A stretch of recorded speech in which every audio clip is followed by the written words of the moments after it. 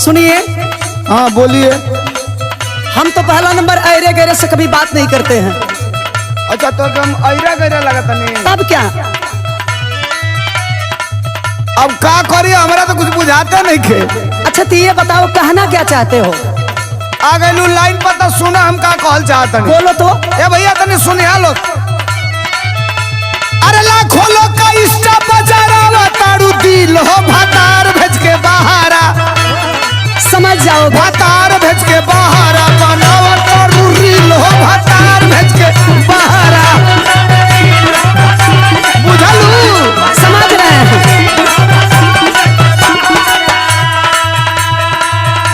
एकदम पागले हो क्या जी?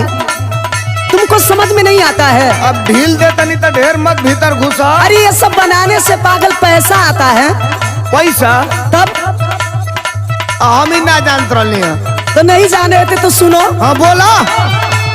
रुपया कमाए पिया गईले परदेश, हीरोइन बन के घूमबे। अच्छा हीरोइन बन के घूमबे देश या विदेश, हीरोइन बन के घूमबे। बुझ गई हवा लागल बा तोहके। अरे तो काहे नहीं लगेगा? पकड़ला नरेश हाथे से। अब कहो कोनो काने में फूक नहीं खेने देले गुरु मंत्र। ऐसा कुछ नहीं है। कुछ नहीं है। बड़ा इतने गरीब महाराज ऊपर आता ना सा। अच्छा आज करी काने में फूक देता ना सा, गोली नियर गन गन गन गन गन गन गन गन नाचा तो उन्हीं डगर जाता ले। ए भैया लोग सुना लोग, साफ साफ हम बतावत नहीं का। बिना हो लगाम कभी गौड़ जाले घोड़ी। क्या कर रहे हो? घोड़ी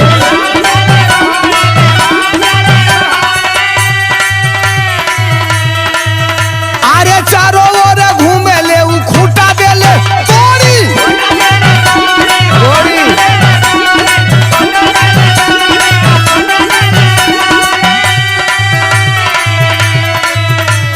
ए भौजाई। अरे बोलो ना। अरे तो के कहिया ले बुझाई हो। हम सब समझ में आ रहे हैं हमें। हाय सुना लोग। अरे बिना हो लगाम कभी गौड़ जाले घोड़ी। चारों ओर घूमे ले उ खूटा दे ले तोरी। कोई घाट का पानी पियलू। सुनो जरा होश में बोला करो।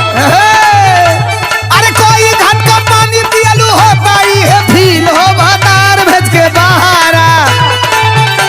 भतार भेज के बहारा बनावा ताडू रील हो भतार भेज के बहारा।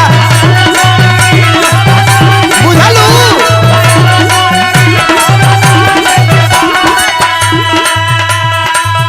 अच्छा तो इतना बक बक बक बक कर रहे हो, ये बताओ अगर मर्द करे तो सही है, औरत कर रही है तो गलत है?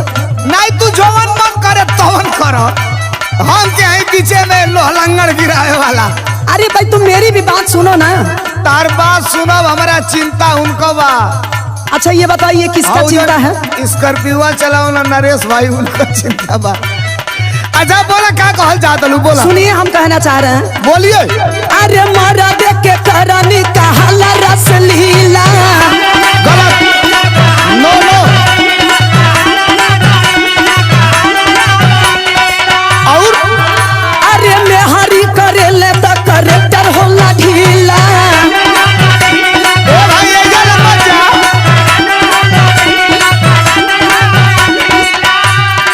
सुन रहे हो ना? बोलिए। मर्द के करनी कहला रसलीला। मेहरी करे ले तो करेक्टर होला ढीला। अच्छा